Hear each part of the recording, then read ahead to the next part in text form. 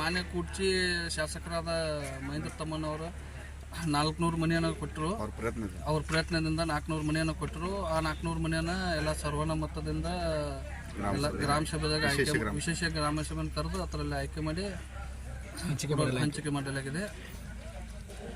ಇಲ್ಲಿ ಎಂಥ ಬಡವ್ರನ್ನ ಆಯ್ಕೆ ಮಾಡಿದ್ದಾರೆ ಸರ್? ಕೆಲವೊಂದು ಬಡವರು ಎಲ್ಲರೂ. ಓಕೆ ಸರ್, ಈಗ BJP ಸರ್ಕಾರದ ಅಧಿಕಾರಿಗಳು ಕೆಲವೊಂದು ರಾಜಕೀಯ ಮುಖಂಡರು ಕಾಂಗ್ರೆಸ್ ಸರ್ಕಾರ ಭಾಗಿಗಳಿಗೆ ಬರೀ ದುಡ್ಡು ಹಾಕ್ತಾ ಇದೆ, ಆಮೇಲೆ ಏನಾಗುತ್ತೆ ಈ ಸರ್ಕಾರ ಬಂದಾಗಿಂದ ಜನರು ಅಭಿವೃದ್ಧಿ ಮಾಡ್ತಾ ಇಲ್ಲ ಅಂತ ಕೆಲವೊಂದು ಆರೋಪ ಮಾಡ್ತಾ ಇದ್ದಾರೆ. ಇಲ್ಲ ಸರ್, ಸುಳ್ಳು ಉದಾಹರಣೆ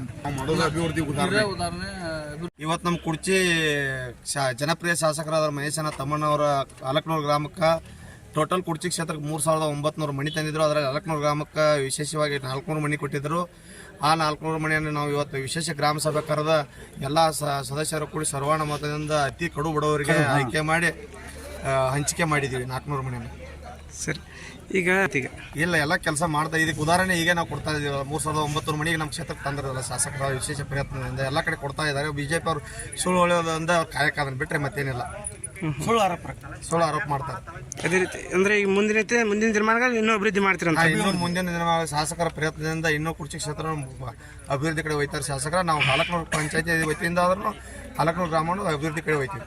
ಅಲ್ಲ, ಈಗ BJP ಅವ್ರು ಹೇಳ್ತಾ ಇದ್ದಾರೆ ಕರ್ನಾಟಕವನ್ನು ಮಾರುವಂಥ ಪರಿಸ್ಥಿತಿಗೆ ತಂದಾರ ಕಾಂಗ್ರೆಸ್ದವ್ರು ಅಂತ ಹೇಳ್ತಾರೆ. ಅವರ ಎಲ್ಲ ದೇಶ ಸಾಲ ಮಾಡಿಟ್ಟು ಅವರ ಮಾರೋ ಪರಿಸ್ಥಿತಿ ಎಲ್ಲ ಖಾಸಗೀಕರಣ ಮಾಡಕತ್ತಾರೋ. ನಮ್ಮ ಸಿದ್ದರಾಮಯ್ಯ ಅವ್ರ ಸರ್ಕಾರ ಬಂದ ಮೇಲೆ ಅಭಿವೃದ್ಧಿ ಮಾಡಕತ್ತಾರ.